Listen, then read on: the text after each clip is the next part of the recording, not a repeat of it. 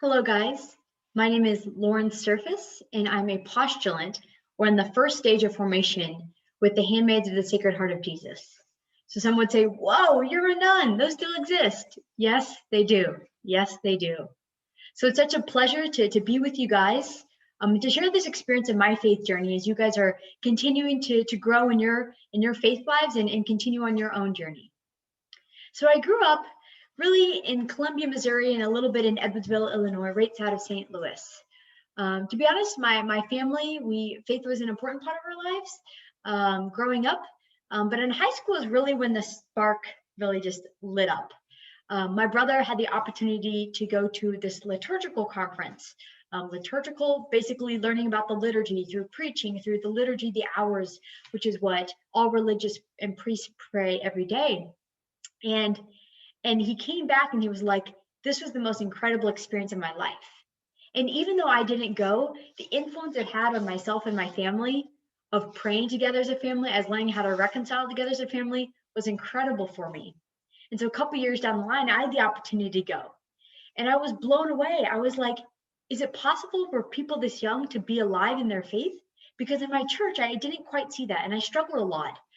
A lot of my high school years, you guys may be familiar with Hannah Montana, but she kind of has two lives. This one where she's in the spotlight, she's the singer on stage, and the other one where she's just a normal girl, just Miley Cyrus. And sometimes I like to explain my life in that way. You know, at school, I was this athletic girl, this smart girl, had this perfect, her life all together. But at home, I just felt internally just desperate for something. I was longing for something. And the only place I could really find it was in church in front of Christ, saying, this is the only place I can really be myself. I can cry, I can smash the ground, I can do whatever I need, but this is the place where I can be authentically me.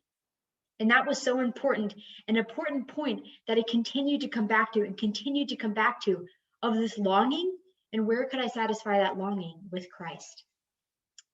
So I ended up entering into college. So I ended up going to Santa Clara University. It's a Jesuit school out in California. So I go from the cold winters to, whoa, we got nice weather now, which was truly just great. And I actually studied bioengineering. And that decision was also quite a discernment. For me, my heart, my everything was my faith life. So why not study theology and philosophy? That seemed to be the practical way. But I think God had another plan. And so ever since I was young, I just loved math and science. And the thing is that I didn't just enjoy it. The things that helped provide analogies for me to better understand my faith. So through these engineering analogies or these science analogies, I'd be like, that is how this is in our faith life. And so really I found that this kind of abstract thinking within engineering was helping me to grow closer to God. And so I really appreciated this opportunity. So this was one important aspect of my college life. Another part was being able to be part of a fellowship program, basically working with social enterprises, or basically companies that rather than profit first, they'll social impact first.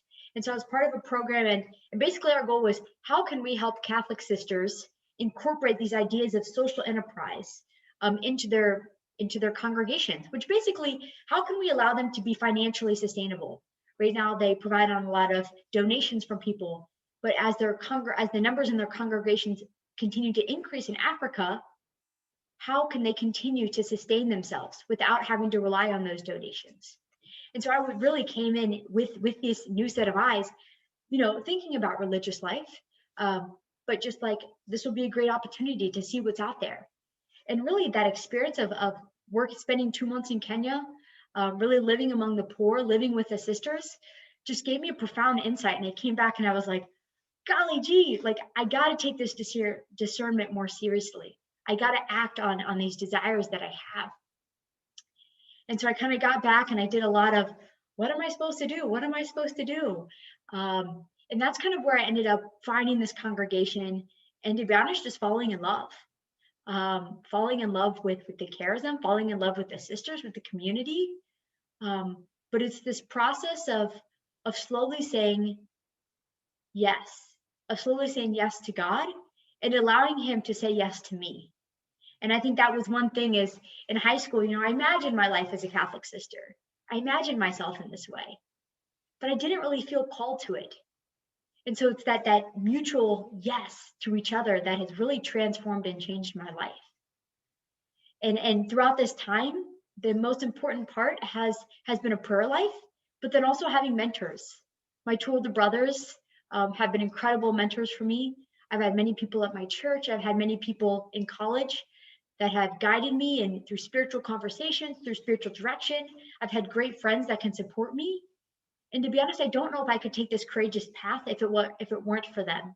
If it weren't for their courageous yes to support me in the times of difficulty and my times of, I don't know what I'm doing. I don't know what faith life I'm supposed to follow.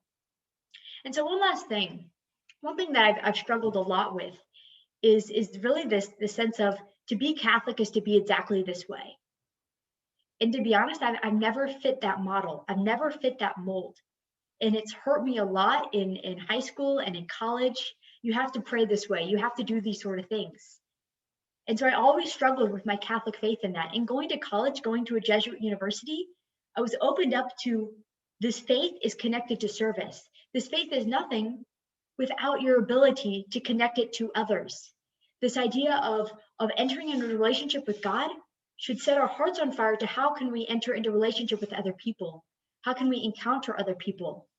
And this was one thing that stuck with me of that experience of how much my faith then became tied to other people. It became tied to the poor. It became tied to those that were marginalized and vulnerable, because I knew that that is where Jesus was. And if that's where Jesus was, then that's where I wanted to be. And so that's my greatest hope within this congregation, that as Jesus said yes to all those people, I can do that as well. And as Jesus spent that time praying, I have a community to support me, to love me, and continue to walk with me. And I'll tell you this, my faith life, my faith journey has been nothing but easy. But there's those little moments of consolation, those little moments of peace and joy when you just sit back and you're just like, gosh, God is so good. God is so good. So it's been wonderful to share with you guys a little bit of my faith experience. And I encourage you guys to continue to ask the challenging questions of your faith, of your God, because he has beautiful answers and beautiful promptings that will only lead you closer to him. So thank you and have a great rest of your day.